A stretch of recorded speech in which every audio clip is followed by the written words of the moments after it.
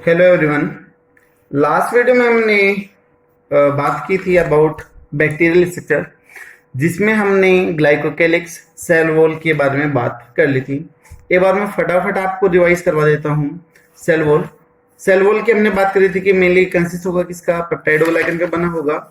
Gram positive और gram negative में जो इनका अरेंजमेंट होगा वो अलग अलग होगा। मेनली जो कॉम्बिनेशन थी वो बताई थी कि पेप्टाइड में अमीनो एसिड रहेंगे, कौन कौन से थे वो बताए थे। जो एल आइसिन था वो एब्सेंट था किसमें, ग्राम नेगेटिव के अंदर, और साइनोबैक्टीरिया में भी ग्राम नेगेटिव एंड साइनोबैक्टीरिया। उसकी जगह पर अमीनो एसिड आ गया था आपका कौन सा, डापा आ गया था। साइनोबैक्टीरिया एंड ग्राम नेगेटिव में एब्सेंट होंगे। फिर हमने यहाँ पर ग्राम पॉजिटिव की सेल वॉल का अरेंजमेंट देखा था कि नाम, नाक, नाम और नाक, यानी कि जो ये शुगर होते हैं वो अल्टरनेटली प्रेजेंट होंगे, एक दूसरे से कनेक्टेड रहेंगे। By the help of beta 1,4 linkage की सहायता से ये जुड़े होंगे। नाम के साथ में यहाँ पर क्या होगी, टेट्रापेप्टाइड अमीनो एसिड होगी, एक पेंटापेप्टाइड इसको आपस में कनेक्ट करती है। ठीक है, तो ये जो बॉन्डिंग है दैट इज बीटा 1,4 लिंकेज। ठीक है, बीटा 1,4 लिंकेज है। इसके नेचर हमने देखे थे कि जो शुगर वो क्या बना रही है, बैकबोन बना रही है। इसमें जो स्ट्रेंथ आएगी वो किसकी वजह से आएगी, पेप्टाइड लिंकेज की वजह से आती है। लिंकेज कैसा है, इंडायरेक्ट है, होमोजीनस नेचर का है, सेल वॉल की थिकनेस बताई थी। इसी तरीके से हमने ग्राम नेगेटिव सेल वॉल की बात करी थी, इसमें डायरेक्ट लिंकेज था, थिकनेस 72 120 थी इसके अंदर, और जो इसमें हेट्रोजीनस नेचर का होगा और लिंकेज कैसे रहेगा, डायरेक्ट रहेगा। ठीक है, उसके बाद में हमने ग्राम पॉजिटिव और ग्राम नेगेटिव के बीच में डिफरेंस देख लिए थे। बैक्टीरिया का क्या क्या इफेक्ट होगा वो देखा था, और यहाँ पर हमने स्टेनिंग प्रोसेस भी लास्ट वीडियो के अंदर कवर कर लिया था। ठीक है, तो अभी तक हमने एनवलप के अंदर सेल वॉल की बात करी है और साथ के साथ में ग्लाइकोकेलिक्स की बात करी है। अभी सेल एनवलप का जो तीसरा जो कंपोनेंट बचा हुआ है जो काफी मेन है, दैट इज सेल मेम्ब्रेन। हम सेल मेम्ब्रेन की बात करते हैं इस वीडियो में। सेल मेम्ब्रेन हम बोलते हैं कि जो cell membrane that is the universal membrane structure in the cell. जितनी भी सेल होंगी, लिविंग सेल होंगी, हर किसी के अंदर सेल मेम्ब्रेन प्रेजेंट होगा। ठीक है, तो सेल मेम्ब्रेन की लेंथ हम लिख रहे हैं, इज यूनिवर्सल स्ट्रक्चर। ठीक है, मेनली किसकी बनी रहती है, लिपिड की और प्रोटीन की रहती है, और इसकी जो थिकनेस है that is near about 75 angstrom इसकी क्या होगी, थिकनेस होगी। आपने 9th क्लास में इसके रिगार्डिंग अलग अलग मॉडल पढ़े होंगे। सैंडविच मॉडल पढ़ा होगा, मोनोलेमुलर मेथड मॉडल पढ़ा होगा, बाइलेमुलर पढ़ा होगा, फ्लूइड मोजाइक मॉडल पढ़ा होगा, और जो सबसे मोस्ट एडवांस और जो सबसे ज्यादा एक्सेप्टेबल है that is the fluid Mosaic model. ठीक है, तो उसके अकॉर्डिंग इसकी जो थिकनेस है दैट इज 75 एंगस्ट्रम है। अगर हम इसकी कंपोजिशन की बात करें तो सेल मेम्ब्रेन की कंपोजिशन अलग अलग हो सकती है। किसी के अंदर लिपिड का अमाउंट ज्यादा हो सकता है और किसी के अंदर प्रोटीन का अमाउंट ज्यादा हो सकता है। वो डिपेंड करेगी कि हम किस सेल मेम्ब्रेन के बारे में बात करने लग रहे हैं, हम कौन सी सेल को वहां पर डील करने लग रहे हैं। तब हम सेल का चैप्टर पढ़ेंगे तो यहाँ पर इनकी कंपोजिशन के बारे में भी बात करेंगे। लेकिन अभी ये बात देख लेते हैं कि बैक्टीरिया के केस में जो 60% है that is protein. Cell membrane में 60% क्या प्रोटीन है, 30% क्या है, लिपिड है, और 10% क्या है दैट इज कार्बोहाइड्रेट। ठीक है, मेनली जो प्रोटीन होते हैं वो रैंडमली प्रेजेंट होते हैं, जो स्कैटर्ड मैनर में या मोजाइक की फॉर्म में कहीं कहीं पे स्कैटर्ड होते हैं, बिखरे हुए होते हैं। ठीक है, अगर हम हमारी यूकेरियोटिक सेल मेम्ब्रेन की बात करें तो our cell membrane have the cholesterol molecule. Cholesterol का नाम सुनते ही दिमाग में आते है कि ये खराब चीज हमारी बॉडी के लिए, बीपी बढ़ा देता है, ब्लॉकेज कर देगा, पर्सन की डेथ के लिए जरूरी है। बट ऐसा नहीं है, कोलेस्ट्रॉल के बेनिफिट भी हैं। कोलेस्ट्रॉल क्या करता है कि हमारी मेम्ब्रेन में स्टेबिलिटी देने के लिए मेम्ब्रेन स्टेबलाइजर की तरह काम करता है। ठीक है, यूकेरियोटिक सेल में जो कोलेस्ट्रॉल है वो क्या करता है, मेम्ब्रेन स्टेबलाइजर का काम करता है। यहाँ पर देखिएगा इंपॉर्टेंट पॉइंट है ये, cholesterol behave as membrane stabilizer. Stabilizer का मतलब उसको स्टेबल करने के लिए हेल्पफुल है. बट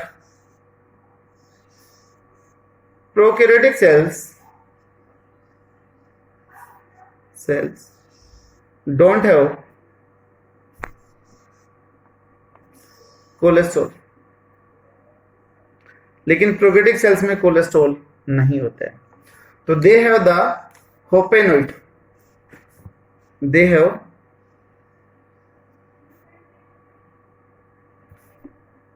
होपेनोइड्स. होपेनोइड्स होगा कोलेस्ट्रॉल की जगह पर. और जो ये होपेनोइड्स है ये मेम्ब्रेन स्टेबलाइजर का काम करेगा किसमें? प्रोकैरियोटिक सेल में. ठीक है. Hopanoid it behave as membrane stabilizer in prokaryotic cells. ठीक है. वहां पर ये स्टेबलाइजर का काम करेगा. यूकैरियोटिक में कौन कर रहा था? कोलेस्ट्रॉल. बट यहां पर तो कोलेस्ट्रॉल होगा नहीं, तो होगा क्या? यहाँ पर होपेनोइड्स जो स्टेबलाइजर की तरह काम करते हैं. काफी इंपॉर्टेंट पॉइंट है, काफी बार पूछा गया है. ठीक है. दूसरा अगर हम बात करें कि जो सेल वॉल और जो सेल मेम्ब्रेन है उसके बीच का स्पेस, आपको याद होगा हमने क्या बोला था? पेरीप्लाज्मिक स्पेस बोला था, जहां पर फ्लूइड फिल होगा जिसको हम पेरीप्लाज्म बोलेंगे. और यही पेरीप्लाज्म लाइसोसोम की तरह क्या करेगा? बिहेव करेगा या फिर ट्रीट करेगा. ठीक है. तो हम ये लिख सकते हैं periplasmic space present between bacterial cell wall and cell membrane. Bacterial cell wall and cell membrane. It contain a gel-like material known as, क्या बोलेंगे उसको? पेरीप्लाज्म बोलेंगे. known as पेरीप्लाज्म. और ये जो पेरीप्लाज्म है उसके अंदर लाइसोसोम वाली एक्टिविटी होगी, यानी कि ये माइक्रोब्स को या फिर किसी दूसरे पार्टिकल को डाइजेस्ट करने में, डिग्रेड करने में क्या करेगा? हेल्प करेगा. ठीक है. तो this space behave as lysosome. Lysosome क्या होता है? एंटीबैक्टीरियल सिंगल मेम्ब्रेन ऑर्गेनली है जो डाइजेस्ट करने में हेल्प करती है माइक्रोब्स को और फूड पार्टिकल्स को. तो ये हो गया आपका लाइसोसोम. जो लाइसोजाइम होता है that is enzyme which present in our tears, saliva and the sweat, but this one is the lysosome. ठीक है. इसके अलावा अगर हम बात करें इसकी फोल्डिंग की या फिर इसकी मॉडिफिकेशन की, तो यहां पर सेल मेम्ब्रेन फोल्ड होकर बना देता है, मीजोसोम बना देता है. तो नेक्स्ट वन हम देख लेते हैं मीजोसोम.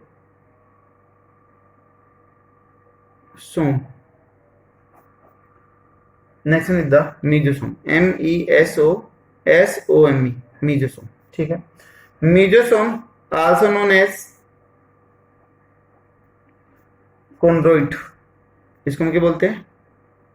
कॉन्ड्रोइड भी बोलते हैं. ठीक है. जो मीजोसोम है that is folding of cell membrane. हमने तब बैक्टीरियल डायग्राम की बात करी थी, तो वहां पर भी हमने देखा था कि सेल वॉल है, सेल मेम्ब्रेन तब फोल्ड हो जाता है किनारे पे, तो वो कहलाता है लेटरल मीजोसोम कहलाता है. और अगर वो बीच में फोल्ड हो रहा था तो वो कहलाता है कि आपका सेंट्रल मीजोसोम कहलाता है. और सेल वॉल और सेल मेम्ब्रेन के बीच का स्पेस क्या हो गया? पेरीप्लाज्मिक स्पेस हो गया. ठीक है. तो this one is the mesosome. तो ये मीजोसोम है. जो मीजोसोम है that is most commonly present in the gram positive bacteria. तो mainly present in gram positive bacteria. Gram positive bacteria के अंदर ये प्रेजेंट होते हैं। ये आउटर फोल्डिंग है फिर इनर फोल्डिंग है, तो these are the inner folding, यानी कि अंदर की तरफ क्या होगी, प्रेजेंट होगी। साइटोप्लाज्म की तरफ क्या होगी, फोल्ड होगी। तो दे आर या फिर दीज आर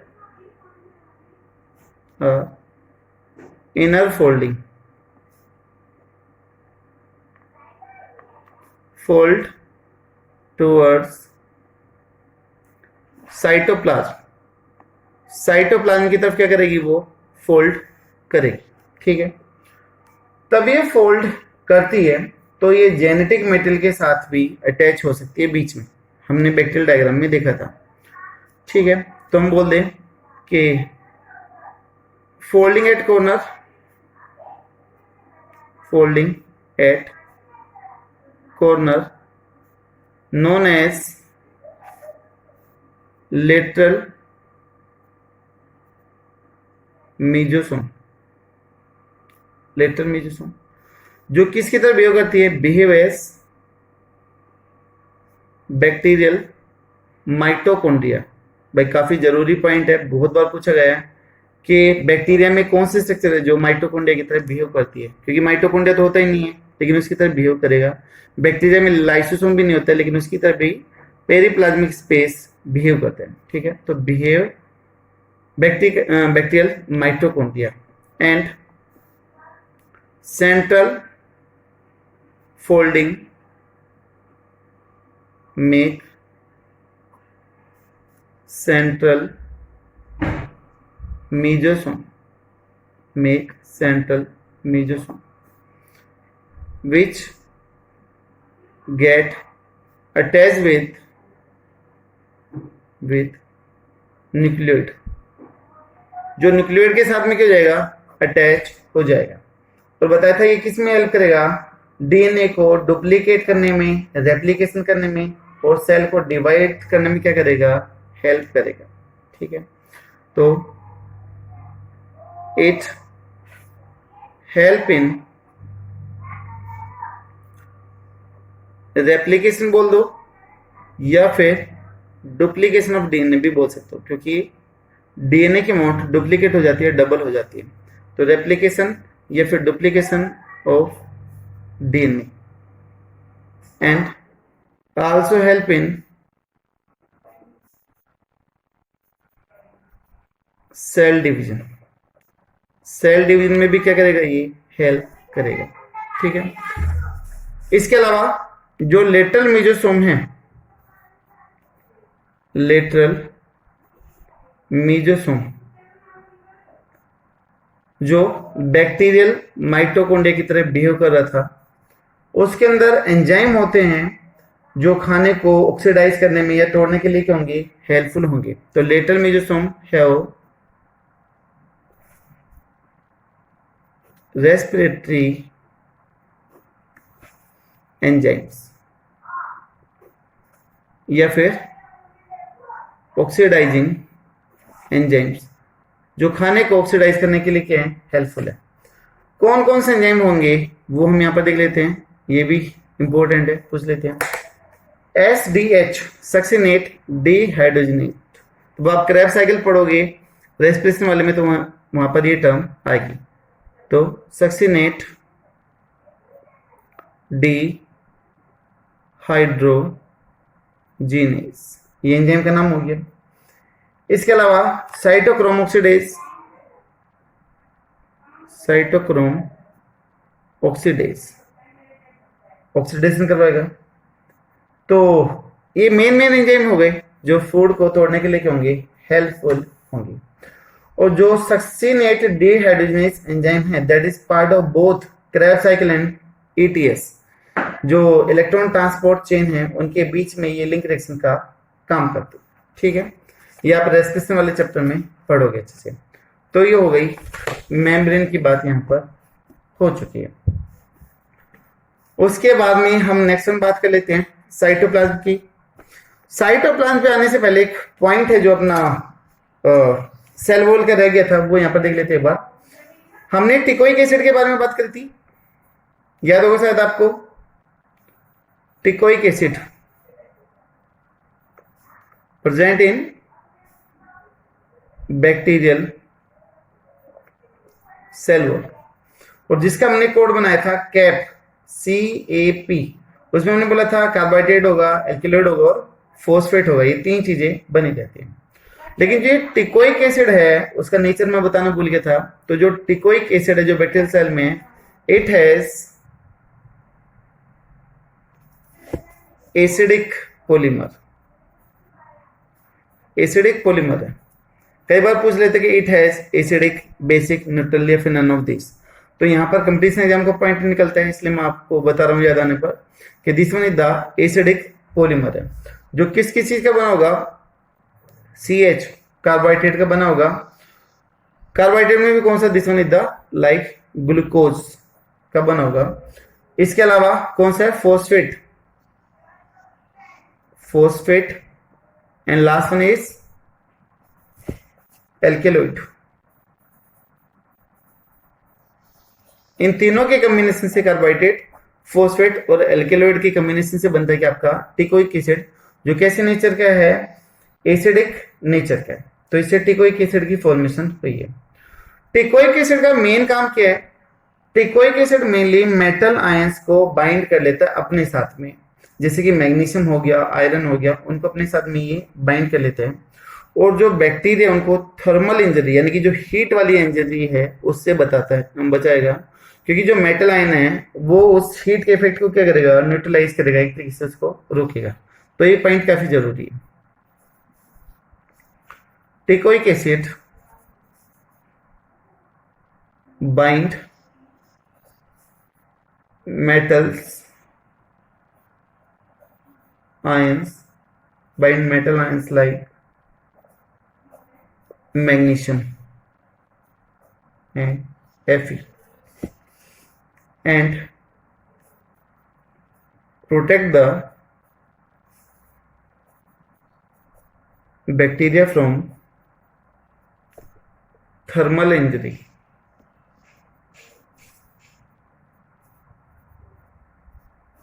यानी कि जो हीट वाली इंजरी होगी उससे बचाने में क्या करेगा, ये हेल्प करेगा। जो ये पॉइंट है ये सेल वॉल का है, सेल में का नहीं है, इस चीज का ध्यान रख लेना, ठीक है। उसके बाद में हम नेक्स्ट बना जाते हैं किस पे,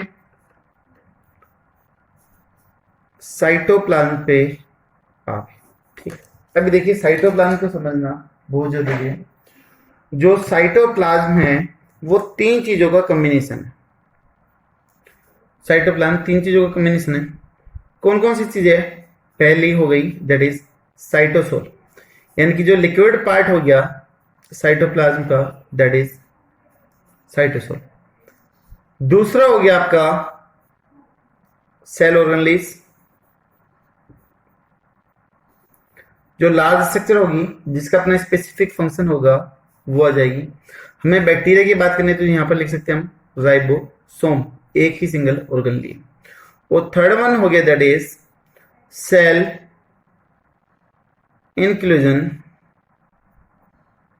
बॉडीज, जिसमें हमने बोला था कि ऑर्गेनिक और इनऑर्गेनिक कोई भी कंपोनेंट हो सकता है, जैसे कि फैट का हो गया, ग्लाइकोजन का हो गया, इसके अलावा फॉस्फेट का हो गया, एंजाइम्स हो गए, वो सारे के सारे इसमें आ जाए, ठीक है। अभी हम एक एक चीज को करते हुए यहाँ पर डील करेंगे। सबसे पहले हम बात कर लेते हैं यहाँ पर जेनेटिक मेटेरियल की बात कर लेते हैं, जहां पर ये चीज प्रेजेंट करती है। देखो जो सबसे ज्यादा अमाउंट रहेगी वो रहेगी साइटोसोल की, लिक्विड पार्ट की रहेगी। यहाँ पर हमने सेल ऑर्गेनेल की बात करी थी कि 70 राइबोसोम है, इंक्लूजन बॉडीज को हम डिटेल से पढ़ेंगे। लेकिन अभी साइटोप्लाज्म में क्या क्या चीज होंगे, क्या क्या कंपोनेंट होंगे, वो हमें यहाँ पर एक एक करते हुए डील कर लेना है, तो सारी की सारी चीजें यहाँ पर अपने आप कवर हो जाएगी। तो फर्स्ट वन हम आ जाते हैं किसके ऊपर, दैट इज न्यूक्लियोइड, जो काफी मेन कंपोनेंट है साइटोप्लाज्म का, दैट इज न्यूक्लियोइड। याद होगा हमने बोला था कि जो न्यूक्लियोइड है that is the chromatin material, यानी कि क्रोमोसोम की तरह ही मटेरियल है, जो डबल स्टैंडर्ड और सर्कुलर है और सेंट्रल मेसोसोम से क्या होगा, अटैच होगा, ठीक है। तो this one also known as the chromatin material है। और क्या बोले थे इसको, जीनोफोर भी बोला था, also known as genophore, also known as incipient nucleus. Incipient nucleus है, छोटा सा एक न्यूक्लियस टाइप का अरेंजमेंट यहाँ पर दिखाई दे रहा है, क्योंकि न्यूक्लियस के अंदर क्या होता है, जेनेटिक मेटेरियल, और यहाँ पर भी जेनेटिक मेटेरियल है, ठीक है। इसके अलावा also known as the fibrillar nucleus.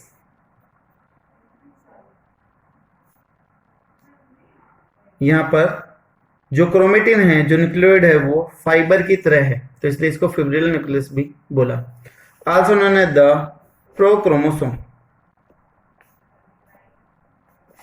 हमने बोला था कि एक न्यूक्लियोइड एक क्रोमोसोम की तरह बिहेव करता है, बट ये ट्रू क्रोमोसोम नहीं होगा, क्योंकि यहाँ पर स्टोन प्रोटीन क्या है, एब्सेंट है, ठीक है। तो ये इसके सारे के सारे अदर नेम आ जाएंगे, ठीक है। हमें इनके बारे में यहाँ पर डील करना है। तो हम लिख दें कि इसमें न्यूक्लियस क्या है, एब्सेंट, तो जो जेनेटिक मटेरियल बच गया उसको हमने क्या बोल दिया, न्यूक्लियोइड बोल दिया। हमने वीडियो में देखा था कि difference between the prokaryotic cells and the eukaryotic cells, तब भी हमने ये बात करी थी। तो ट्रू न्यूक्लियस इज एब्सेंट, ठीक है, बट जेनेटिक मटेरियल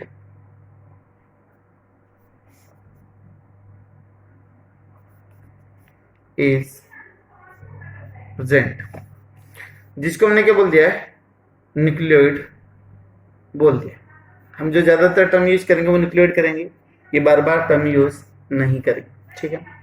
तो यहाँ पर हमने बताया था कि जो न्यूक्लियर मेम्ब्रेन है, न्यूक्लियर लेसर, जो न्यूक्लियोप्लाज्म, वो चीजें क्या होगी, एब्सेंट, वो पहले हम देख चुके हैं, ठीक है। दूसरा, जो ट्रू मटेरियल है या फिर जो ट्रू क्रोमोसोम है, वो भी इधर क्या होगा, एब्सेंट होगा। ट्रू क्रोमोसोम या फिर genetic material is absent because it don't have stone protein. इसके अंदर एक जो मेन प्रोटीन होनी चाहिए थी, जो बेसिक नेचर की होनी चाहिए थी, जिसके ऊपर पॉजिटिव चार्ज आता है, वो प्रोटीन नहीं है, जो डीएनए को पैक करने में और क्रोमोसोम बनाने में हेल्प करती है। आगे डिटेल से पढ़ेंगे इसको, तब हम पैकिंग के बारे में बात करेंगे, क्रोमोसोम पढ़ेंगे सेल के चैप्टर में। तो it don't have stone protein, जो कैसी है, पॉजिटिव चार्ज प्रोटीन है।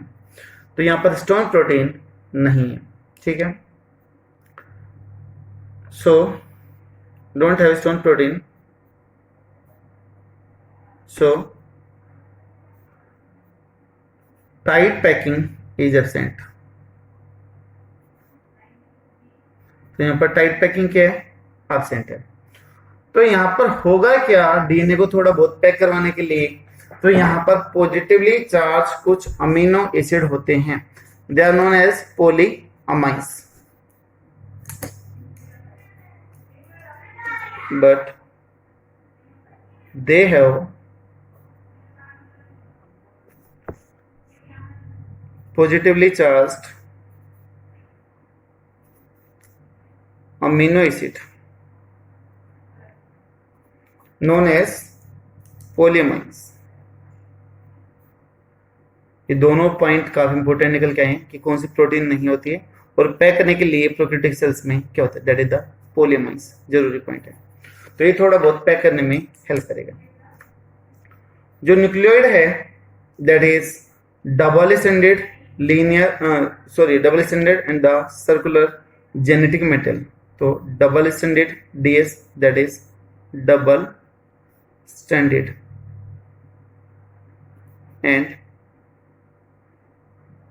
Circular DNA.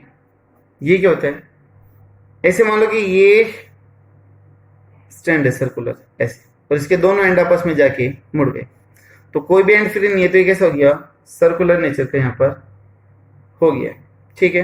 और ये डबल स्टैंडर्ड है, ऐसे हम इसको समझा सकते हैं कि जितने भी स्टैंड जा रहे हैं, हर किसी के अंदर यहाँ पर डबल स्टैंड बनेगा। तो this one is the double stand and the circular DNA. और जो ये न्यूक्लियोइड है वो जनरली किससे अटैच रहता है? Attach with the mesosome. Nucleoid attach with